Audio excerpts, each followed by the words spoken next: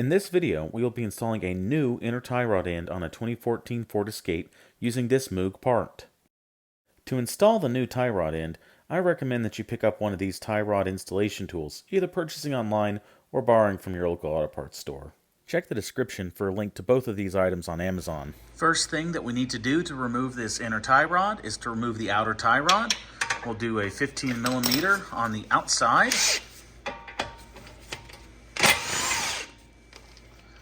Then with the nut removed, we'll hit it with the hammer.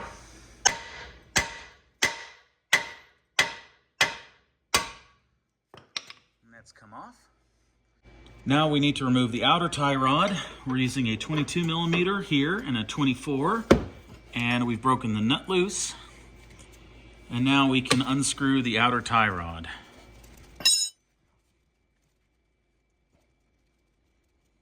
And now we need to remove the spring keeper on the boot. We'll use some long pliers.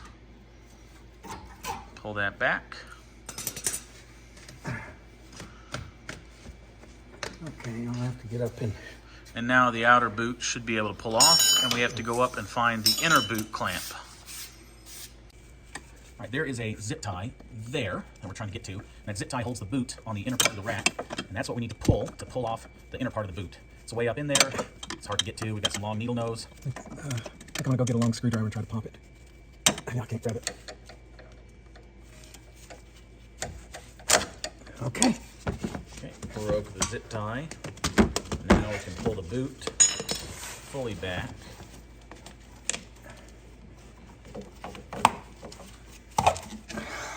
And there's the boot off. And there's our tie rod end. Here's my old tie rod end removed next to my new Moog Problem Solver tie rod end. I have my set nut back in place about where it needs to be. I have the plastic washer retained from the old one back on the Moog. I have removed the cap from the threads. This is the Moog part number for you. So you can see this one is only 2 years old. That's 12 of 23, and already it's bad. It's a cheap Chinese one. And instead, we have to replace it with a good Moog inner tie rod end. So this is our loaner tool, and it comes with this C-shaped crow's foot piece that is the correct size for our tie rod end. It goes into this tube where it can tighten it, and then we'll set the keeper ring so it won't pop off while we screw it in. And this is what we can use to torque it. So I'm showing you this out here on the bench because it's almost impossible to see anything down the car. We'll remove it from the tool, we'll start threading it in by hand on these threads, and then we'll use the tool to do a final torque. All right, here's the end of the rack exposed, and we thread it in.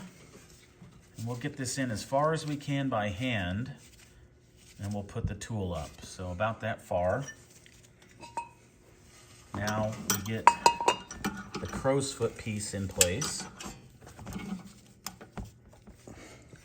And we take the tube, put it up.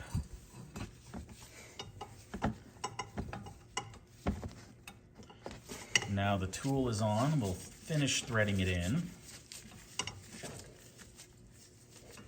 Then this is just a 1/2 inch drive on the end, so we can use a breaker bar to tighten it.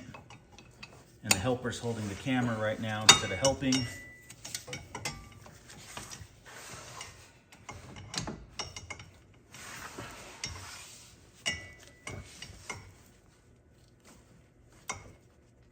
All right, and that is torqued. That is tight.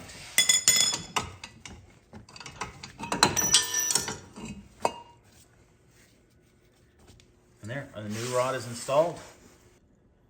And the size we needed for this was the 32.5 millimeter out of the set with everything. Now we're getting ready to reinstall our boot, and we have preloaded a zip tie and trimmed it.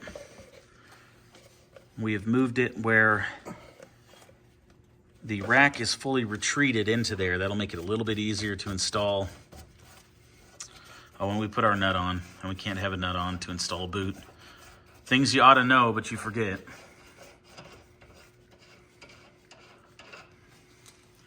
So now we'll slide the boot up on, and because the tie rod is pulled all the way in, this will make it easier to push the boot all the way up.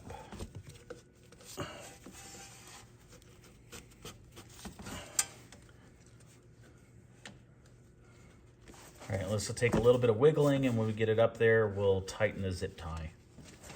Yeah, and I'm not quite sure, you know, where exactly that's supposed to go, but it stopped right there, so that's probably where it's supposed to go. Do you see a clamp? All right, now we're installing the clamp on the outer part of the boot. So this is just a little spring clamp.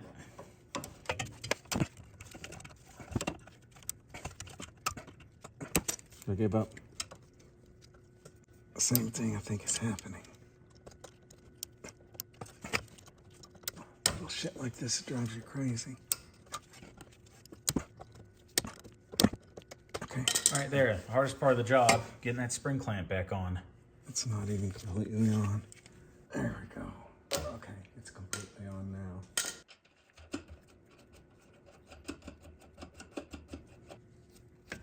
Getting a nice coat of anti-seize everywhere. So the next time I have to do this, maybe it'll be easy. You always hope there's never a next time, but here we are 2 years later.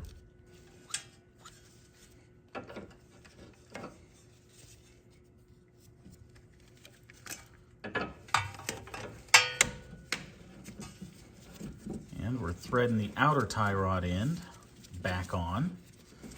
We'll thread it up to where the nut stops there.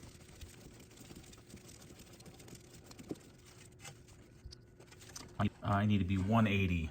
It needs to come up from the bottom. Okay. I will turn the steering wheel the other way.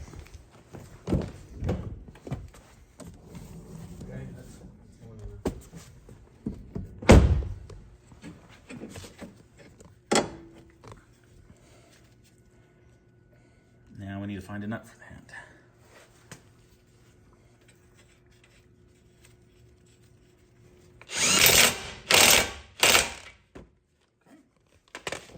Outer tie rod end back on.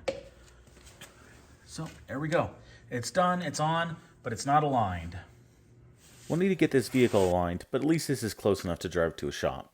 If you made it this far in the video, go ahead and hit that like button and give me a subscribe. This really helps out my channel and helps the YouTube algorithm connect up videos like this with people who need to see them. Alrighty, thanks for watching and have a nice day.